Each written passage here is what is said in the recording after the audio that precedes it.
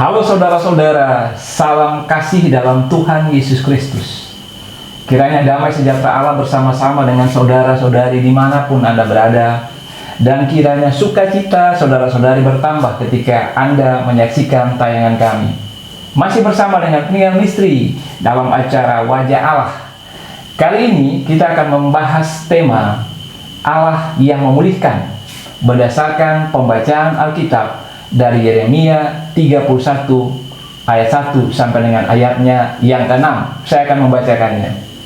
Pada waktu itu demikianlah firman Tuhan, Aku akan menjadi Allah segala kaum keluarga Israel, dan mereka akan menjadi umatku. Beginilah firman Tuhan, Ia mendapat kasih karunia di padang gurun, yaitu bangsa yang terluput dari padang itu. Israel berjalan mencari istirahat bagi dirinya.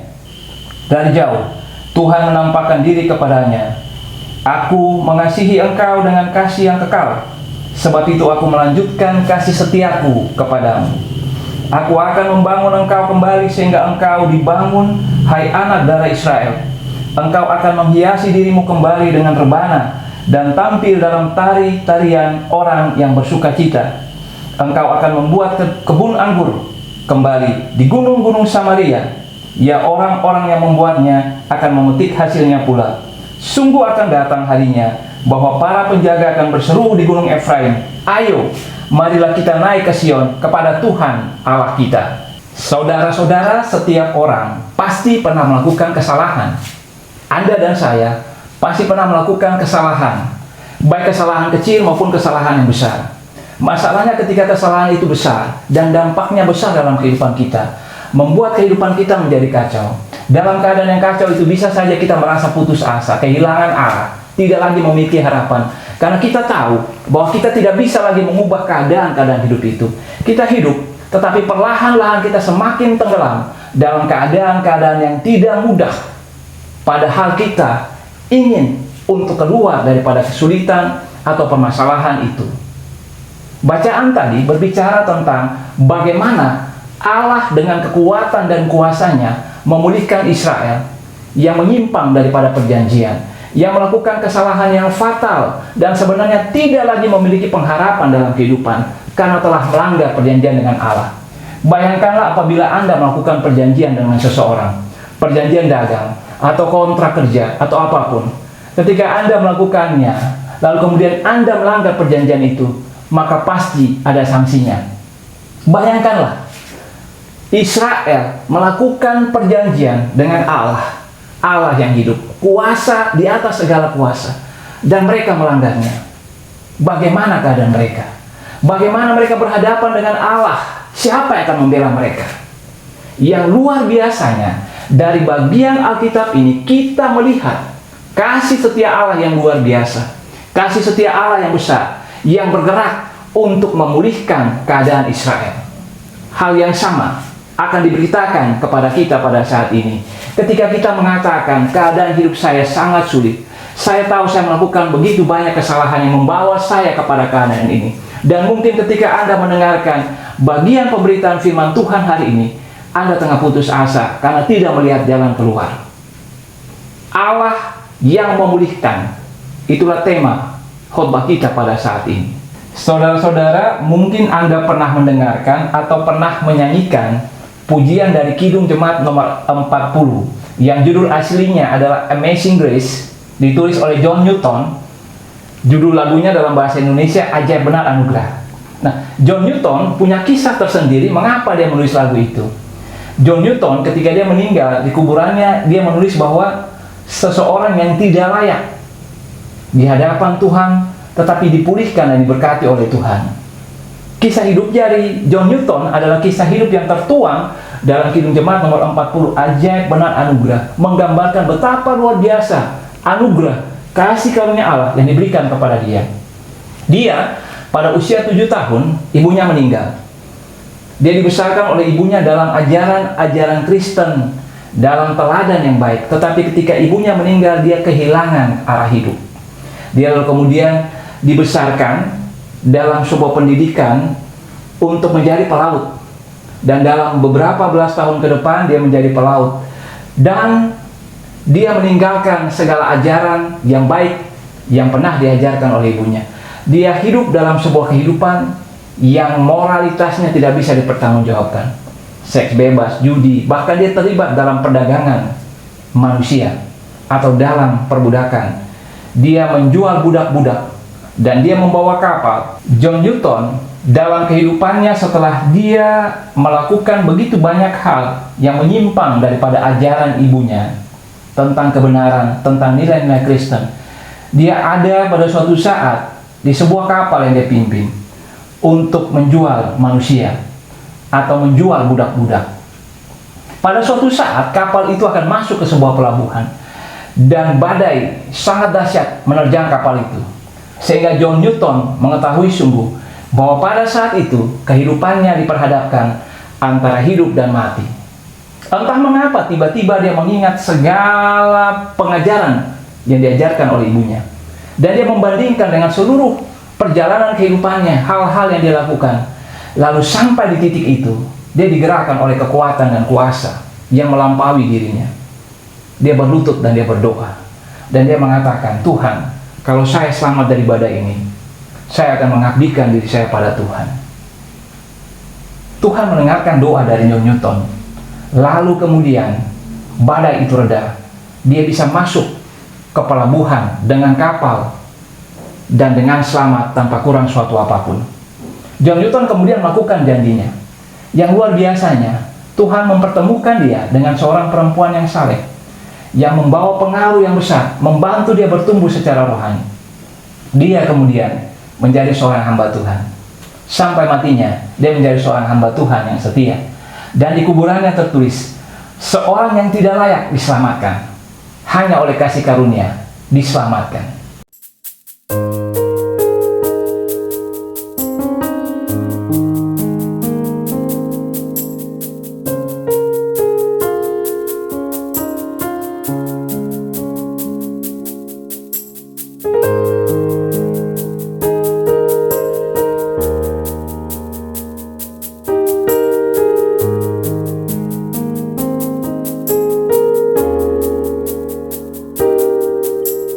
Kasih dari Tuhan,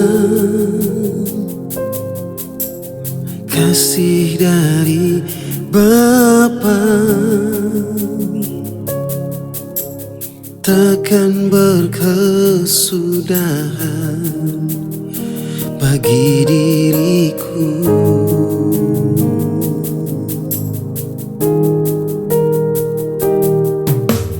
Kini dan selamanya Kau ada untukku. Kau pulihkan, Engkau ubah jadi baru. Hanya untuk kemuliaan nama-Mu, hanya untuk kebesaran kuasa-Mu, ku bersyukur,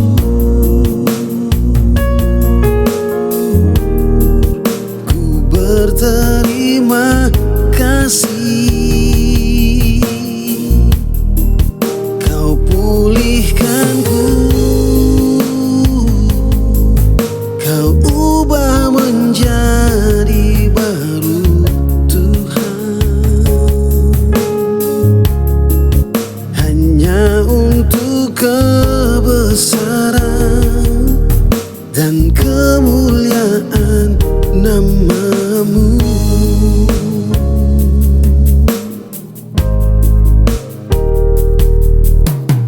Kasih dari Tuhan, kasih dari Bapa, takkan berkesudahan bagi diriku.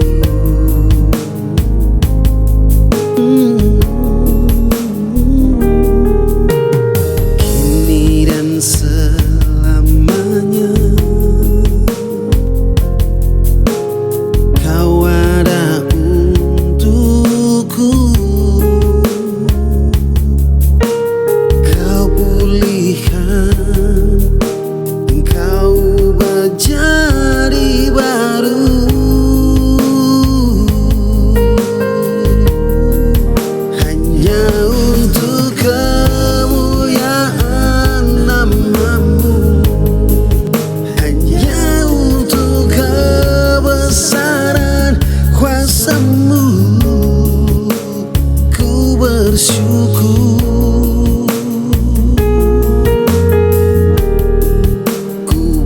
berterima kasih. Kau pulihkanku, kau ubah menjadi baru, Tuhan. Hanya untuk kebesaran dan kemuliaan nama-Mu. Oh, kau pulihkanku, kau ubah menjadi baru, Tuhan. Hanya untuk kebesaran dan kemuliaan nama-Mu. Oh, hanya untuk kebesaran dan kemuliaan nama-Mu.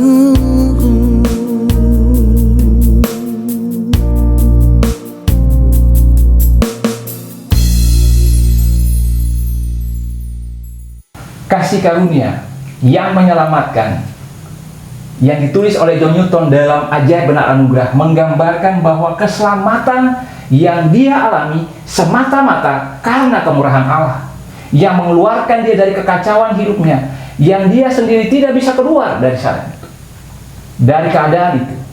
Dan dia sadar sungguh bahwa hanya Tuhan yang bisa membuat dia keluar dari kekacauan hidup yang telah dia buat. Karena itu dia mengarang lagu Ajaib Benar Anugerah. Saudara-saudara, saya hendak mengajak kita untuk melihat beberapa hal penting dari bagian firman Tuhan ini, untuk kita pakai ketika kita mengatakan kita ada dalam keadaan hidup yang sama, kacau balau. Kita ingin keluar. Kita ingin keluar. Bagaimana kita keluar? Pertama-tama dari bacaan ini kita diajak untuk melihat pribadi Allah adalah pribadi yang pengasih dan penyayang. Tadi dari bacaan tadi dikatakan begini, ayat 3. Dari jauh Tuhan menampakkan diri kepadanya, kepada Israel, kepada Yakub. Aku mengasihi engkau dengan kasih yang kekal. Sebab itu aku melanjutkan kasih setiaku kepadamu. Apa mau dikatakan dari ayat ini? Yang mau dikatakan dari ayat ini bahwa Tuhan mengasihi Israel dengan kasih yang kekal. Kasih yang kekal artinya apa? Tidak ada batasnya. Kasih yang kekal artinya apa? Tidak ada standar, batasan, dan ukuran kasih Allah terhadap diri manusia. Kasih Allah diberikan tanpa batas, diberikan cuma-cuma, diberikan tanpa syarat. Karena Allah mengasihi Israel. Dan kasih yang sama adalah kasih yang menjadi kekuatan untuk mengubah Anda, untuk mendorong Anda, untuk menguatkan Anda keluar dari permasalahan hidup yang tengah Anda hadapi pada saat ini. Jadi hal yang pertama yang mau dikatakan kepada kita ketika berbicara tentang Allah memulihkan keadaan hidup kita, maka dari bagian Alkitab ini yang mau dikatakan bagi kita, yang mesti kita sadari adalah bagaimana kita menyadari kehadiran Allah sebagai pribadi yang mengasihi Anda dan saya. Pribadi yang kasihnya tidak terbatas bagi kita. Pribadi yang luar biasa. Pribadi yang berdiri untuk membela kita, untuk mengangkat kita. Allah yang bertindak untuk memulihkan kita. Allah yang bertindak memulihkan kita adalah sebuah kesadaran yang mesti kita bawa dalam hidup kita, dalam diri kita. Mengapa demikian? Saudara-saudara, Anda akan menjadi putus asa apabila masalah demi masalah, masalah demi masalah, Anda tahu bahwa itu kesalahan Anda. Tetapi seringkali orang tidak bisa berjuang untuk memperbaiki dirinya dengan kekuatan dan kemampuannya sendiri. Orang mau melakukannya, sama seperti Paulus mengatakan begini, bukan apa yang ingin aku lakukan, tetapi justru sebaliknya, apa yang tidak ingin aku lakukan, aku lakukan. Ini menunjukkan ada pertentangan dalam diri manusia untuk melakukan yang baik, tetapi terkadang ada keterbatasan untuk melakukan hal itu. Inilah titik di mana kasih karunia dan kemurahan Allah memainkan peranan dan kuasanya di situ untuk memulihkan Anda. Nah, tetapi batasannya seringkali dibatasi oleh kita. Kita melihat kehidupan orang lain, kehidupan dia tidak berubah. Keadaan dia ketika kacau, dia kembali tidak dipulihkan. Keadaan ini adalah turun-temurun. Saya kecanduan alkohol karena orang tua saya kecanduan. Saya mengalami hal ini karena keadaan hidup memang seperti itu. Terkadang kita merespon segala sesuatu dengan menganggap apa yang terjadi pada orang-orang di sekitar kita sebagai sebuah hal yang juga akan terjadi pada diri kita. Sehingga kita tidak memiliki kepercayaan bahwa Tuhan mampu untuk mengubah keadaan itu. Copy paste. Kita merespons keadaan dengan cara yang umumnya orang lain melakukannya. Kita merespons keadaan sulit dengan berputus asa karena gampang untuk berputus asa. Orang lain melakukannya, kita melakukannya. Suatu saat saudara-saudari, di sebuah jemaat, seorang pendeta muda, ketika dia baru masuk di sebuah jemaat, dia dikritik oleh jemaatnya karena khotbahnya. Lalu dia mau belajar mengembangkan diri. Belajar kemana? Dia memutuskan untuk bertanya pada pendeta senior. Dia berkunjung ke rumah pendeta senior, lalu dia menceritakan masalahnya. Khotbahnya bla bla bla bla dan seterusnya. Pendeta senior kemudian mengatakan, kalau gitu kalau kamu berkhotbah, cobalah pertama-tama jangan menggunakan bahasa-bahasa yang sulit. Karena jemaat tidak semuanya memiliki pendidikan yang sama. Justru bahasa-bahasa yang sulit akan membingungkan mereka untuk mencerna arti firman Tuhan. Dia tangkap. Terima kasih Pak. Lalu bagaimana Pak? Selanjutnya kata pendeta senior kepada pendeta junior, yang kedua cobalah untuk membuat humor supaya jemaat tidak kemudian menjadi ngantuk atau bosan. Lalu dia menceritakan bagaimana dia membuat humor. Dia bilang, pada suatu saat ketika saya berkhotbah, saya mengatakan kepada jemaat di dunia ini ada perempuan lain selain istri saya yang pernah memeluk saya, mencium saya dan membelai saya. Wah, semua jemaat kaget. Karena selain perempuan yang merupakan istri dia, ada perempuan lain. Tetapi pendeta senior itu bilang, lalu saya melanjutkan, perempuan lain itu adalah ibu saya. Nah, pendeta junior telah mendapatkan ilmu. Dia sudah mendengarkan ilustrasi. Hari Minggu giliran dia berkhotbah. Dia berkhotbah. Di tengah-tengah khotbahnya, dia melihat bahwa jemaat sudah mulai tidak konsentrasi mendengarkan khotbahnya. Lalu dia mau mengulang ilustrasi yang diceritakan oleh pendeta senior kepadanya. Lalu dia mengatakan begini, jemaat yang Tuhan Yesus kasihi, dalam hidup ini ada seorang perempuan lain selain istri saya yang pernah mencium saya dan memeluk saya. Dan perempuan itu adalah, ketika sampai di perempuan itu adalah, dia lupa harus mengatakan seperti apa. Pendeta senior kemudian ada hadir pada saat itu. Lalu dia menatap pendeta senior, dan pendeta senior menganggukkan kepala seolah-olah mengiyakan, lanjut. Seperti itu. Lalu dia kemudian melanjutkan, tetapi dia mengatakan begini, dan perempuan itu adalah ibu pendeta senior. Saudara-saudari yang mau dikatakan bagi kita semua adalah, kita seringkali merespons keadaan dalam hidup kita dengan melihat contoh-contoh di sekitar kita. Apa yang orang tua kita lakukan, kita lakukan. Apa yang orang-orang sekeliling kita lakukan, kita lakukan. Apa yang pada umumnya dianggap sebagai sebuah kebenaran, meskipun itu bukan sesuatu yang membangun kehidupan kita, akan kita respon dan kita bawa dalam kehidupan kita. Meniru, mengcopy paste. Terkadang orang bisa saja terjebak dalam pemikiran bahwa Allah adalah Allah yang jahat. Allah mencari-cari kesalahan. Allah berusaha untuk menghukum kita ketika kita melakukan kesalahan, menanti kita di masa depan dan memberikan hukuman yang berat bagi kita. Hari ini firman Tuhan mengatakan bahwa pribadi Allah adalah pribadi yang setia. Kasihnya kekal pada Israel yang tidak setia. Kasihnya yang kekal itu diberikan untuk memulihkan Israel. Dan kasih yang sama adalah kasih yang diberikan kepada kita pada saat ini. Bukankah firman Tuhan mengatakan Yesus Kristus tidak pernah berubah, baik kemarin, hari ini, maupun nanti. Artinya, kalau ribuan tahun yang lampau Nabi Yeremia menyaksikan Allah yang pengasih dan penyayang, yang bergerak memulihkan kehidupan umatnya, maka pada hari ini pun Allah yang sama mau bertindak, ingin bertindak untuk memulihkan keadaan hidup daripada saudara-saudari, daripada kita. John Newton menyaksikan itu. Hanya kita tidak bisa merespons keadaan kita dengan meniru apa yang pernah dilakukan oleh orang lain. Bahkan mungkin orang tua kita, bahkan mungkin yang diberitakan oleh hamba-hamba Tuhan tertentu. Firman Tuhan mengatakan bahwa Allah menjadi faktor utama untuk memulihkan kita, bukan kita. Kita tidak mampu, tetapi Allah mampu. Kita mungkin tidak bisa keluar dari situ, tetapi Allah bisa mengeluarkan kita dari situ. Bahkan mungkin kita dalam kelemahan kita mengatakan, sudah, inilah nasib saya. Tapi Allah mengatakan, bukan, itu bukan nasibmu. Kamu tidak diciptakan untuk itu. Allah ada di pihak saudara-saudari. Allah ada di pihak kita untuk memulihkan kita. Ketika kita mau melihat keadaan hidup kita dipulihkan, ubahlah sudut pandang kita tentang Allah, tentang pribadinya. Ketika kita mengubah sudut pandang kita tentang Allah dengan pribadinya yang mengasihi kita, kita sadar sungguh bahwa kita tidak mampu, tapi Dia mampu. Kita tidak kuat, tetapi Dia kuat. Kita terjatuh, tetapi Dia akan menolong kita untuk bangkit, untuk dipulihkan. Yang pertama-tama, rasakanlah kehadiran Allah dalam hidup kita sebagai pribadi yang kasih setianya kekal selama-lamanya dalam kehidupan kita. Kasih setia Allah. Allah mengasihi kita dengan kasih-Nya yang kekal. Kita akan bertanya, mengapa Allah mengasihi kita ketika kita tidak layak untuk menerima kasih-Nya?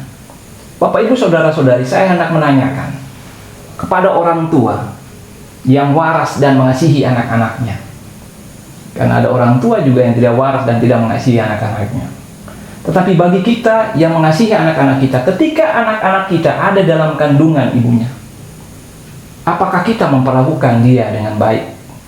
Apakah kita berusaha untuk mengharapkan yang terbaik dari anak itu? Kita mengasihi anak itu. Bukankah kita mengasihi anak itu yang ada di dalam kandungan? Bukankah kita berusaha memperlakukan anak itu meskipun ada dalam kandungan, kita belum melihat wajahnya, kita memperlakukan dengan baik? Catat bahwa anak itu kita tidak tahu ketika dia menjadi dewasa, apakah dia menjadi anak yang berbakti bagi kita? Apakah dia akan melakukan kebaikan kepada kita? Belum tentu. Tetapi kita mengasihi anak itu karena gambaran diri kita, sebagian atau beberapa bagian ada di dalam anak itu.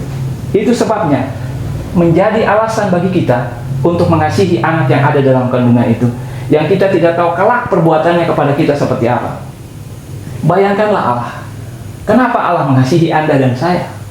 Alkitab menyatakan bahwa kita diciptakan segambar dan serupa dengan Allah. Kejadian. Ketika dikatakan kita diciptakan dengan citra Allah, berarti Allah ada dalam diri kita. Allah memiliki kita. Kalau Allah ada dalam diri saudara-saudari, dalam diri saya, dalam diri kita, adalah alasan yang sangat kuat bagi Dia untuk kemudian mengasihi kita. Siapapun kita, bagaimanapun kita, karena Dia ada dalam diri kita. Karena kita merupakan milik Dia. Sebab itu, Dia mengasihi kita dengan kasih yang kekal. Bukan karena kita, tetapi karena Dia ada di dalam kita. Karena Dia ada di dalam diri kita, Dia mengasihi kita dengan cinta kasih yang kekal, yang tidak terbatas. Bukan karena kita. Sekali lagi, bukan karena kita. Apapun kita, siapapun Dia, Dia ada di dalam diri kita, sehingga Dia menjadi faktor utama, Allah menjadi faktor utama yang memulihkan kita berdasarkan kasih-Nya yang sempurna kepada kita.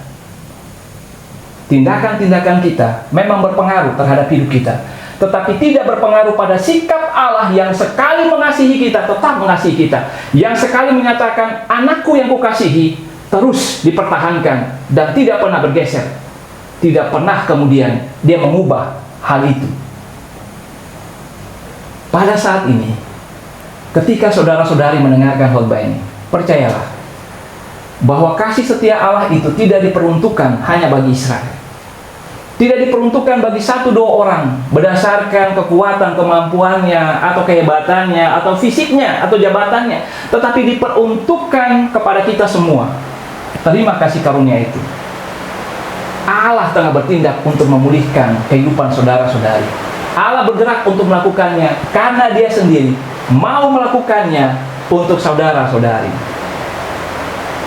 Kekuatan dan kuasa Allah itu menjadi dasar untuk kita bergerak hari ini dan seterusnya, dan melihat pemulihan Tuhan terjadi kepada kita, sama seperti Tuhan Allah memulihkan keadaan Israel dari tanpa harapan menjadi pengharapan, dari bukan apa-apa menjadi apa-apa. Dia hendak melakukannya kepada saudara-saudari, kepada kita.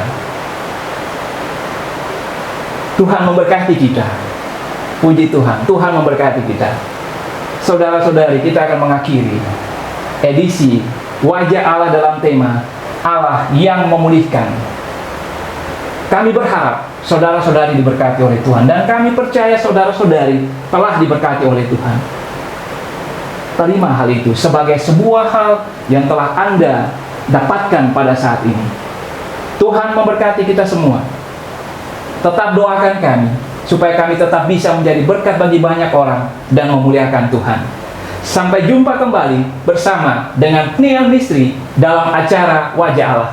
Kamu dapat, kamu bisa. Tuhan memberkati. Shalom.